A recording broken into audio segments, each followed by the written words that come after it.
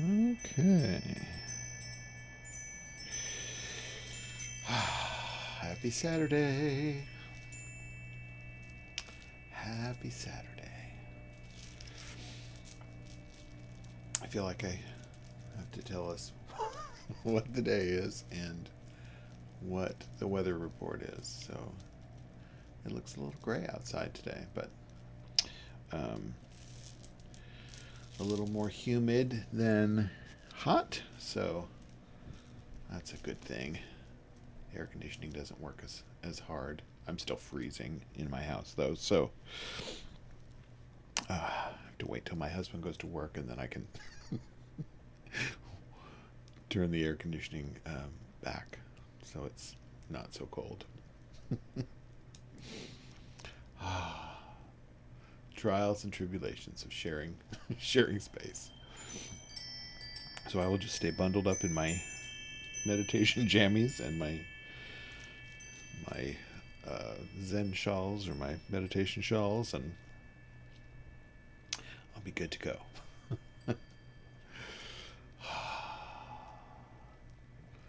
So it's a good day, good time to meditate. No time like the present. So that's what I'm planning to do. So if you're here to meditate as well, you are in the right place. If you were looking for, I don't know, videos of people screaming at each other over the wearing of masks or something, keep scrolling. Because that's not what's happening here. Yeah. Funny. So,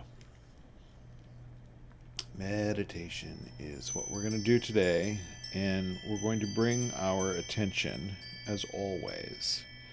We mark this time off to practice awakened attention. So we move our attention into this present moment, out of the past and out of the future, into this present moment where we can kind of watch things as they arise. So when we're paying attention, we can see when we have emotions that arise, sensations that arise that we get caught in, thoughts that arise that we don't just brush away, but instead try to distract ourselves from them or attach ourselves to that thought that takes us to the past, the future, somewhere else other than here.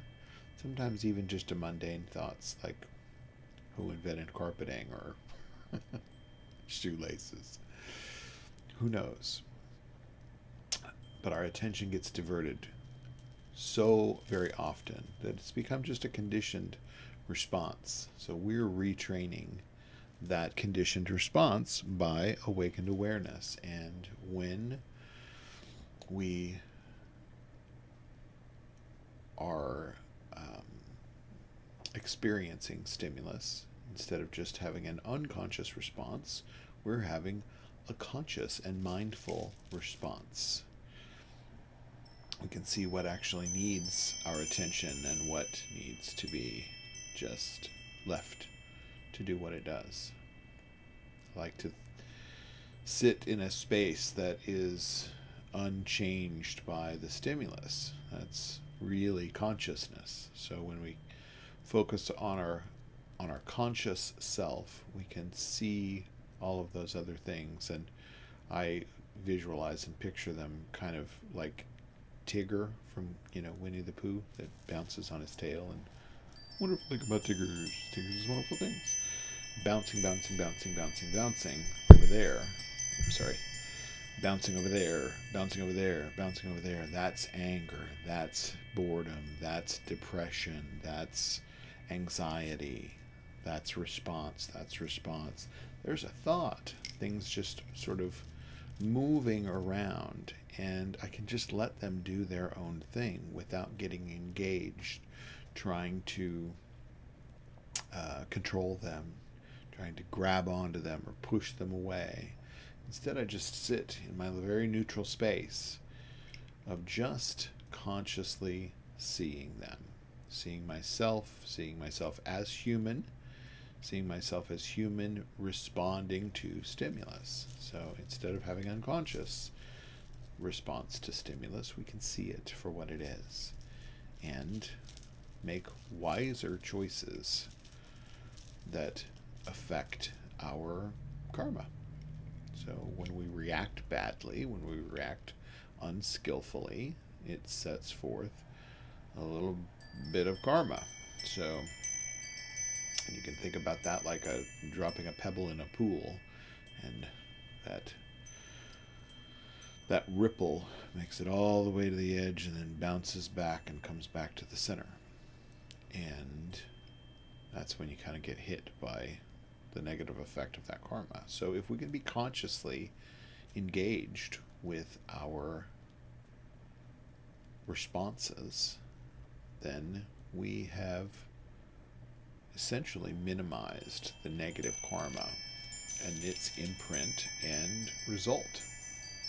So positive action, positive thought, catching ourselves in body, speech, and mind on a regular basis as a new conditioned response. So we have some neural pathways to build in that process. So we do that through stillness, through silence. We sit and see, oh, I have anxiety, or I have, restlessness, and I feel like I want to get up and run away and go do something else, or whatever's occurring. And you can just sit and watch that like it's, the vaudeville show going on the stage in front of you, and you're not really, you're just the watcher. Paid your ticket price, and you just get to watch.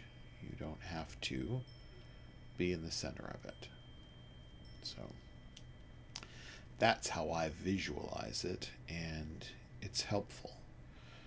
It's helpful in just leaving things when they need to be left, knowing what is ours to do, because we do have action. It's not just about sitting in quiet and stillness. It's about having positive response and skillful action when we have the opportunity. So being engaged with our humanness is helpful. So I hope that's helpful in explaining what we're doing. Whether you've been a long time meditator like me, or if you're brand new to this. And I will say, as a long time meditator, and let me just say, I'm 52, so I started meditating when I was about 12, so I can honestly say like 40-ish years. Yeah, a long time. And a lot of that was not skillful meditation. It was looking for happiness, or looking for relief, or just sitting in a little typhoon of suffering and not really pointing my attention toward the relief of my own suffering through the idea and knowledge that in seeing the cause of the suffering and its nature is really the medicine, understanding and having skillful action from there. So I haven't always had this practice of meditation. I'd say this is the last 10 years, which is still, a significant amount of time. However, if you've been meditating a long time, it's a good idea to shake things up a little bit and notice. In Tibetan, we call them nyams. You notice those places where you just found some bliss and some ease and some easy, or we found, ooh, that's a new thing, that's shiny, that's pretty, and I want to do that again, and I want to, oh, that's nice. makes me happy. We call those nyoms, and they're a bit of an obstacle because we grasp onto them. We think, oh, that's it. And the practice will show you that if it feels like it's new and pretty and shiny, it's kind of an illusion, and it's not really where we're headed. So when we can find that space where we just instinctively know, oh, this is relief, and this is settled, and this is consciousness at its natural state, in its natural habitat. It's not shiny and new and pretty. We all know what consciousness feels like. We just need to remind ourselves what it looks like and how to get there. So don't get caught in the pretty. Just because you had an experience, you may have an experience that's, oh, I saw colors, or I saw this, or I was walking on a grassy knoll in my mind, and those are all lovely things, and enjoy the loveliness, but it's not real. You can just think of that as the picture show. Yeah. So I'm going to ring the bell 3 times.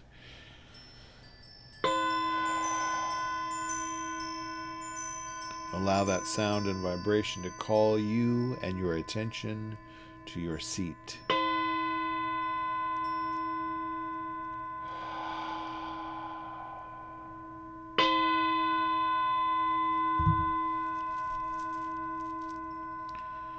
All right, first things first, straighten your spine. Sit upright. If you're laying down, you're probably going to sleepitate. Sit upright, aligning the chakras all the way from your tailbone to the top of your head.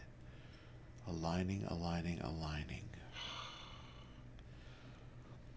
Just imagine the energy flowing up and down. There's no kinks, no bumps, no turns or curves in the road.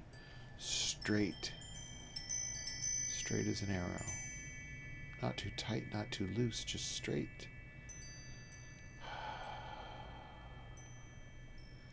Taking a few deep breaths into your lower belly.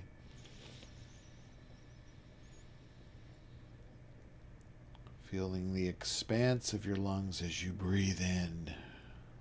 Breathe it all the way down and let it fill all up. Oxygenate your blood.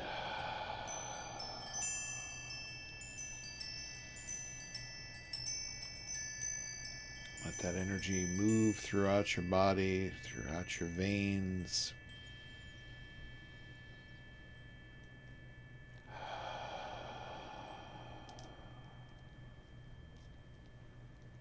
Recognizing the sensation of breathing in.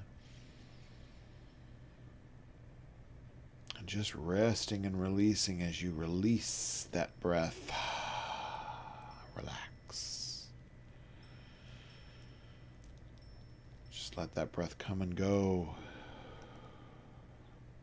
Natural body, natural breath and energy. And naturally open heart, mind. Move your attention from out of your thoughts and into your heart. The heart of awakening. Spontaneous nowness awareness. Consciousness.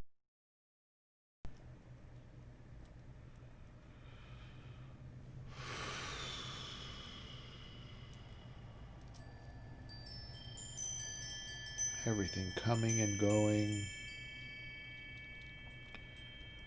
You on your seat of consciousness, unchanged by stimulus, just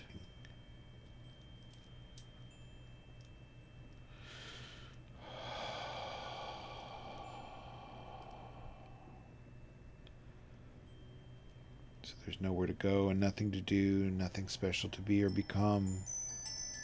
Nothing to fix, fabricate, or manipulate. Just breathe. Breathing in that complete and total awareness.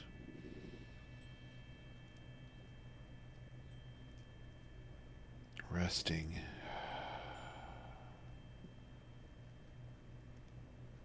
Your fully awakened consciousness.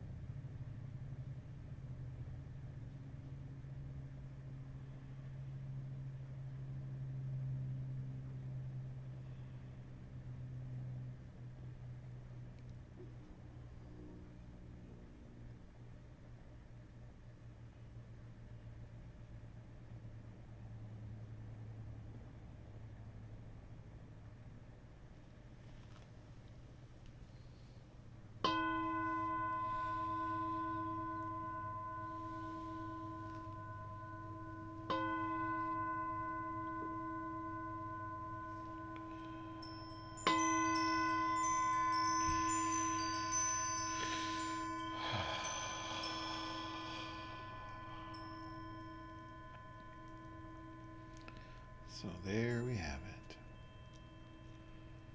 That little space, little time, little commitment to focusing your attention on your consciousness, on your innate consciousness. You don't have to go out and buy it.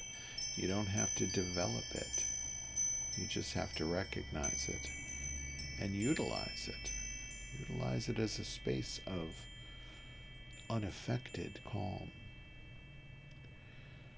It's the human responses that sort of cloud us and take us on trips with our actions. And those are there's nothing wrong with having an emotional response. But when we can understand it, when we understand our own emotional responses and reactions, we have more opportunity to intervene with skillful action. And as we develop that compassion and understanding for ourselves, then we then have a window and a context to understand every other person, skillful or unskillful, loved or unloved in your mind. And we can understand and feel compassion, true compassion, and act wisely toward the humans around us. Yeah. You'll know it when you see it. Develop it within yourself. That's the only place to cultivate that awareness, that understanding, that compassion, is to first understand it and give it to yourself. You must plant the seeds within you if you want to be of help, of benefit to other beings. Once they bloom and grow within us, it's seamlessly spread. You don't have to try. You don't have to try to be compassionate. You are compassionate because you've developed it within. So keep going. Keep going. If you've been doing this a long time, keep going. If you just started today, keep going. And if I can help, reach out. Let me know. I'm always here to help. So, have a great day. Tomorrow is Sunday, so our service, our weekly practice service, is at 9:30 Central. So, log on, join in the live event at 9:30 Central. If you can't make it, if you're sleeping in, or if you got something else going on, come back and watch it later when it's recorded. It'll be up as a recording as soon as we are complete with that service. So I hope to see you tomorrow, where I'll be practicing, and you are always welcome.